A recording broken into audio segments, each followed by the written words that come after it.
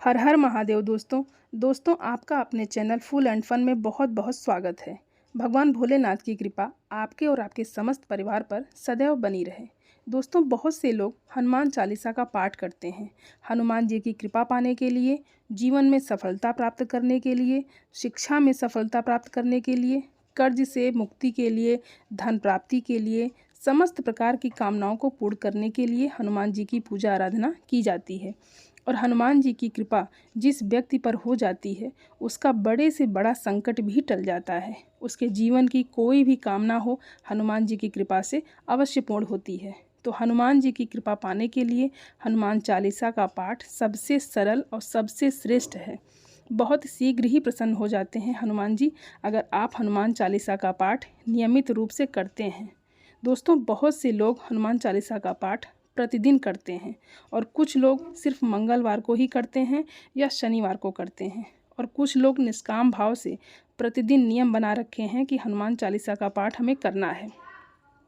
हनुमान जी की कृपा प्राप्त करने के लिए प्रतिदिन वह निष्काम भाव से हनुमान चालीसा का पाठ करते हैं। लेकिन कुछ लोगों की विशेष मनोकामनाएं होती हैं जिसके लिए वो हनुमान चालीसा का पाठ करते हैं। अब कई लोगों का कहना होता है कि हनुमान चालीसा का पाठ हम बहुत समय से कर रहे हैं लेकिन उसका फल हमें प्राप्त नहीं हुआ था, मतलब हमारी कामना पूर्ण नहीं हुई थी। दोस्तों, अगर आप निष्काम भाव से कर रहे हैं, मतलब सिर्फ नियम है कि हमें हनुमान जी को प्रसन्न करना है, उनकी कृपा प्राप्त करनी है, तो बस प्रतिदिन या फिर मंगलवार या शनिवार के दिन इस पाठ को करते हैं तब तो अत्यंत ही श्रेष्ठ है। लेकिन अगर आपकी कोई विशेष कामना है तो आपको कुछ विशेष नियमों के साथ हनुमान चालीसा का पाठ करना चाहिए।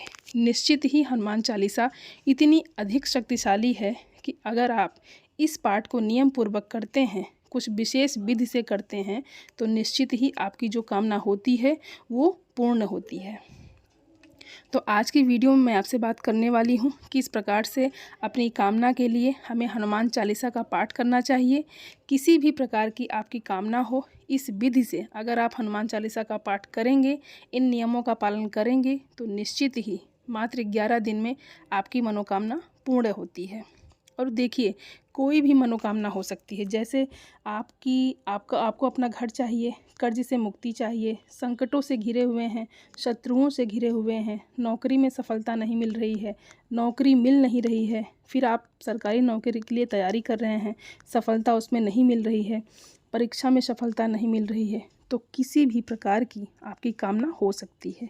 जैसे कि धन का अभाव हो, संतान प्राप्ति में बाधा हो, विवाह में बहुत अधिक देरी हो रही हो, मनचाहा जीवन साथी चाहते हैं, मतलब जिस भी कामना से आप इस उपाय को करेंगे, निश्चित ही मात्र 11 दिन में ही आपकी कामना पूर्ण होगी। तो किस विधि से हमें हनुमान चालीसा का पाठ करना है, नियमों का पालन करना है और कब से इस उपाय को शुरू करते हैं, समस्त जानकारी आज की वीडियो में मैं आपसे शेयर करने वाली हूँ। तो वीडियो को पूरा ज़रूर देखिए, और अगर आपको आज की वीडियो अच्छी लगे तो लाइक ज़रूर कीजिएगा और अपने फैमिली फ्रेंड के साथ शेयर ज़रूर कीजिएगा। और आप सभी सनातनी भाई बहनों से मेरा विनम्र निवेदन है, मेरे चैनल को सब्सक्राइब ज़रूर कर लीजिएगा।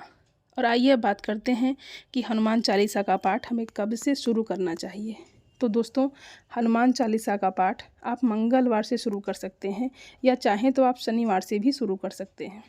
कोई इसमें पक्ष की विशेषता नहीं है कि आप शुक्ल पक्ष में शुरू करेंगे या कृष्ण पक्ष में शुरू करेंगे, तो आप किसी भी मंगलवार या शनिवार से इस उपाय को कर सकते हैं।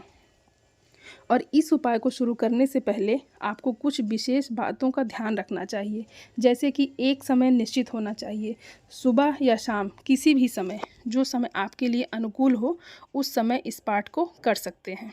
लेकिन एक ही समय पर, जैसे कि अगर आप सुबह करना चाहते हैं तो सूर्योदय के एक डेढ़ घंटे के अंदर आप कर लीजिए। ऐसा ना हो कि आप 10 बजे कर रहे हैं या 11 बजे कर रहे हैं, इस तरीके से नहीं करना है। तो प्रातःकाल जल्दी उठ जाएं, स्नान इत्यादि करने के बाद आप हनुमान चालीसा का पाठ कर लीजिए। और अगर आप शाम को करना चाहते हैं तो इसी प्रकार से आप शाम के समय भी, सूर्यास्त के समय, जब प्रदोष काल का समय होता है, उस टाइम भगवान हनुमान जी की पूजा के लिए तो आप शाम के समय भी 7 बजे से पहले कर लीजिए। लेकिन समय एक ही होना चाहिए, जैसे कि अगर आप 7 बजे आसन पर बैठते हैं पूजा करने के लिए, तो 7 बजे ही हर रोज़ आपको बैठ जाना है। ऐसा नहीं है कि आज आप 7 बजे बैठे हैं और कल आप 8 बजे बैठ रहे हैं। ऐसा आपको बिल्कुल भी नहीं करना है। 2 4 10 मिनट अगर इधर-उधर हो जाता है तो कोई दिक्कत नहीं है, लेकिन प्रयास करिए कि आप एक समय निश्चित कर लीजिए, जो भी समय आपके लिए अनुकूल हो, उस समय प्रतिदिन पाठ करिए। और सिर्फ 11 दिन की ही बात है, तो 11 दिन के लिए एक समय निश्चित कर लीजिए। और दूसरा नियम ये है कि आपका आसन एक ही होना चाहिए।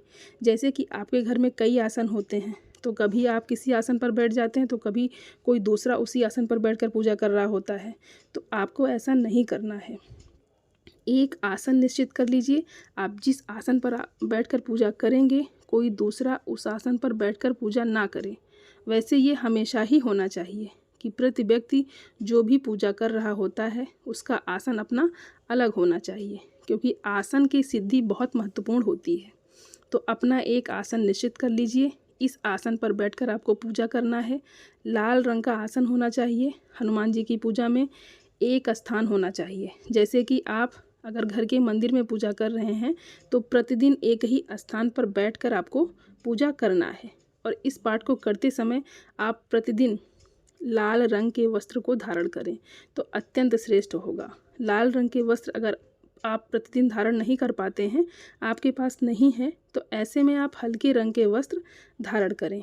और जितने दिन तक आप ये पाठ कर रहे हैं, उतने दिन तक आपको मांस मदिरा का सेवन नहीं करना है। तो इस बात का भी आपको विशेष ध्यान रखना है। इन नियमों का पालन करते हुए अगर आप हनुमान चालीसा का पाठ करते हैं, तो निश्चित ही आपकी मनोकामना पूर्ण होगी। पर ये नियम बहुत आवश्यक हैं, जैसे कि एक ही समय पर प्रतिदिन बैठना है, और एक ही स्थान पर बैठना है, और एक ही आसन पर बैठना है। ये बहुत महत्वपूर्ण होता है किसी भी कामना की सिद्धि के लिए। अगर हम पूजा कर रहे हैं, मंत्र जाप कर रहे हैं, तो इन नियमों का पालन बहुत आवश्यक होता है। और आइए अब समझ लेते हैं कि हनुमान चालीसा का पाठ आपको कैसे करना है। तो दोस्तों, बहुत आसान है। आपको प्रतिदिन 7 बार हनुमान चालीसा का पाठ करना है। तो उसके लिए हनुमान जी की मूर्ति होनी चाहिए आपके सामने, या तस्वीर उनकी होनी चाहिए, क्योंकि जब हम किसी देवी देवता की पूजा करते हैं, तो उनकी मूर्ति हमारे सामने होना अत्यंत आवश्यक होता है। और उनके सामने ही हम शुद्ध देसी घी का दीपक जलाएंगे। आप चाहें तो हनुमान जी के सामने चमेली के तेल का दीपक भी जला सकते हैं। चमेली के तेल का दीपक हनुमान जी को बहुत प्रिय है, तो आप जला सकते हैं। और दीपक आप मिट्टी का भी ले सकते हैं, और किसी भी धातु का दीपक अगर आपके पास है तो वो भी आप ले सकते हैं। जो भी आपके पास है आप वही ले लीजिए। और हनुमान जी के सामने अब एक तांबे के पात्र में जल भरकर भगवान हनुमान जी के सामने रख लें, क्योंकि ये कलश के रूप में हम स्थापित करेंगे। तो कलश में जल भरेंगे, और गंगा जल हो तो थोड़ा सा गंगा जल भी डाल सकते हैं, और ना हो तो सिर्फ 5 रुपये उसके अंदर डाल दीजिए, और 2 लौंग डाल दीजिए। कलश के ऊपर एक प्लेट रख दीजिए या एक पात्र रख दीजिए, जिससे कि वो ढक जाए पानी, क्योंकि इस कलश को हमें 11 दिन तक रखना है। पूजा के बाद ही हम इसको उठाएंगे। और अब हनुमान जी के सामने गुड़ का भोग लगा दीजिए। गुड़ का भी भोग लगा सकते हैं, आप चाहे तो चने का भी भोग लगा सकते हैं, या फिर सिर्फ गुड़ का ही भोग लगा सकते हैं। आप लड्डू का भी भोग लगा सकते हैं, या फल भी, जो भी आपके पास है आप वो अर्पित कर सकते हैं। लेकिन हर रोज़ हमें भोग अवश्य अर्पित करना है, इस बात का ध्यान रखिए। और अब हनुमान जी के सामने अपने मन की कामनाएं पूर्ण करने के लिए प्रार्थना करिए। आप हनुमान जी के सामने संकल्प लीजिए, 11 दिन तक आप प्रतिदिन 7 पाठ करेंगे। आपकी जो भी कामना है साथ में कहिए। और जो भी कामना है, जैसे कि आपको आपके घर की कामना है, या आपके विवाह में बहुत अधिक देरी हो रही है, मनचाहा जीवन साथी चाहते हैं, संतान प्राप्ति में कोई बाधा हो, या कर्ज या बीमारियों से घिरे हैं, तो जो भी आपकी कामना है वो आप हनुमान जी से प्रार्थना करिए और उसे पूर्ण करने के लिए कहिए। और पूरी तरह से समर्पित भाव से कामना कहते हुए और प्रार्थना करते हुए हनुमान जी के सामने हनुमान चालीसा का पाठ करें। और पाठ पूरा होने के बाद हनुमान जी की आरती कीजिए कपूर से, क्योंकि हनुमान जी की आरती कपूर से करने से घर से नकारात्मक ऊर्जा दूर होती है, विचारों से नकारात्मक ऊर्जा दूर होती है। और जब आपका पाठ और आरती पूर्ण हो जाए तो आप जो भी भोग हनुमान जी को लगाए हैं उसे प्रसाद के रूप में अपने परिवारजनों में वितरित करें। और जल का पात्र आपको नहीं उठाना है। जो कलश हमने भर कर रखा है वो आप 11 दिन तक रखेंगे। 11वें दिन जब आपकी पूजा पूर्ण हो जाती है तब आप उस कलश के जल को उठाएंगे। और अब ये बहुत ही पवित्र और अभिमंत्रित जल आपके पास है। चमत्कारी जल भी इसे आप कह सकते हैं। इस जल को आप किसी दूसरे पात्र में रख सकते हैं।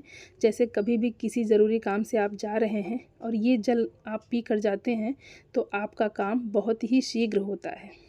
उस काम में आपको सफलता ज़रूर मिलती है। और कलश में जो सिक्का डाले थे उस सिक्के को अपने पर्स में रख लीजिए, क्योंकि ये सिक्का अभिमंत्रित सिक्का है, अपने घर में वृद्धि करने वाला सिक्का है, आपके कार्यों में सफलता दिलाने वाला सिक्का है।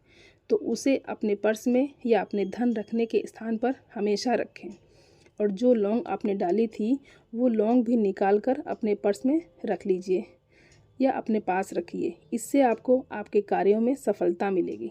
तो अगर आपकी कोई विशेष कामना है और आप चाहते हैं कि बहुत शीघ्र पूर्ण हो जाए तो एक बार हनुमान चालीसा का पाठ इस प्रकार से करके देखें, आपको लाभ अवश्य होगा।